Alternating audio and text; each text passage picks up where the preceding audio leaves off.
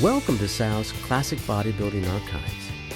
Today, we're going to go back to May 1978, Muscle Builder Power Magazine, where Mike Mentzer takes us through his fail-safe chest training routine.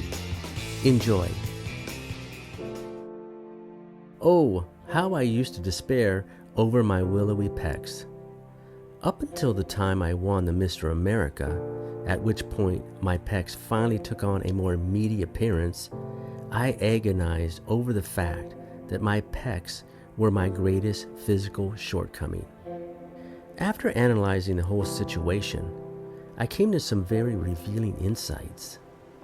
I noticed how others who, like myself, possessed almost disproportionately large triceps usually had deficient pecs. Well, as you know, the triceps are very directly involved in most of your conventional pectoral exercises.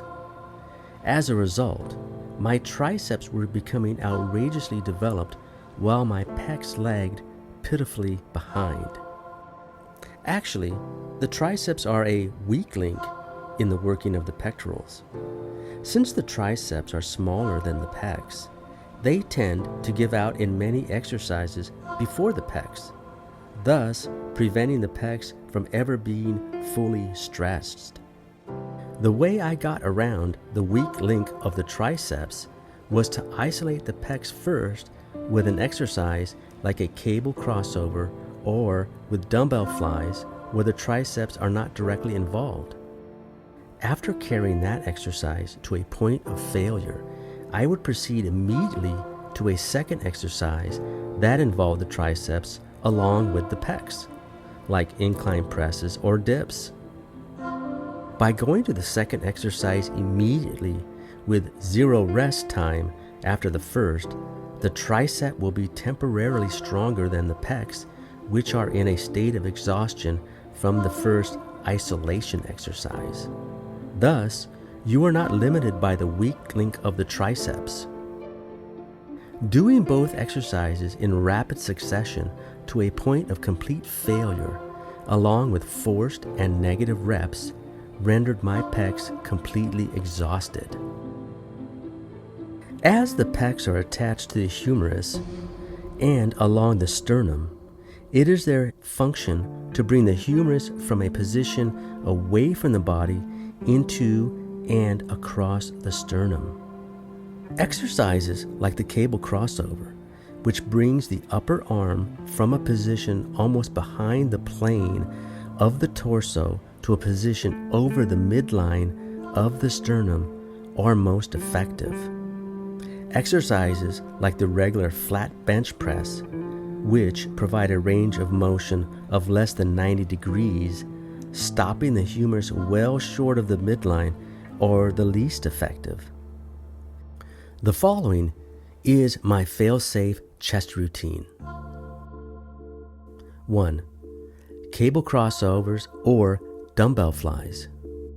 Remember that the idea here is to isolate the pecs with a first exercise that preserves the triceps muscle as much as possible. With dumbbell flies, concentrate on using just the pecs to move the weight, and be especially careful not to press out the weights. When performing the dumbbell flies, keep the elbows directed out and away from the torso. Don't allow the bells to stretch much further than below the plane of the torso, and as they come up to the top position, they should meet above the face. Do 6 good strict reps and 2 to 4 forced assistance reps. Then proceed immediately to incline press with barbell or dumbbells, or universal bench press with shoulder width grip, or dips with elbows directed out. Choose one of the exercises just listed and perform it immediately after the first exercise listed, which were cable crossovers or dumbbell flies. When I say immediately after the first exercise, I mean literally zero rest time. After 3 seconds, the pecs will have recovered up to 50% of their available strength. And since it is our intention with this second exercise to work the pecs while they are totally exhausted from the first isolation exercise, so that the triceps will be temporarily stronger, even a slight delay between the exercises will drastically reduce the productivity of this routine. If you happened to have chosen the incline press for the second exercise, then make sure that the weight has been set up in advance so you can jump immediately into the incline bench without delay. Have your partner assist you after 6 strict reps with a couple of forced reps. Do no more than 2 supersets of these exercises. If you perform them in the suggested manner, you will realize immediately why 2 supersets are sufficient. Number 3, incline flies. I choose this exercise last to be performed by itself, as it works primarily the upper pecs, which, when properly developed, give the chest that high, full look. I do 2 sets at the most with as much weight as I can handle for up to 6 reps. For most bodybuilders, the pecs come easy, and often there is a tendency to even overdevelop them. This routine is short and intense, but very effective, and helped me overcome a considerable deficiency in that area.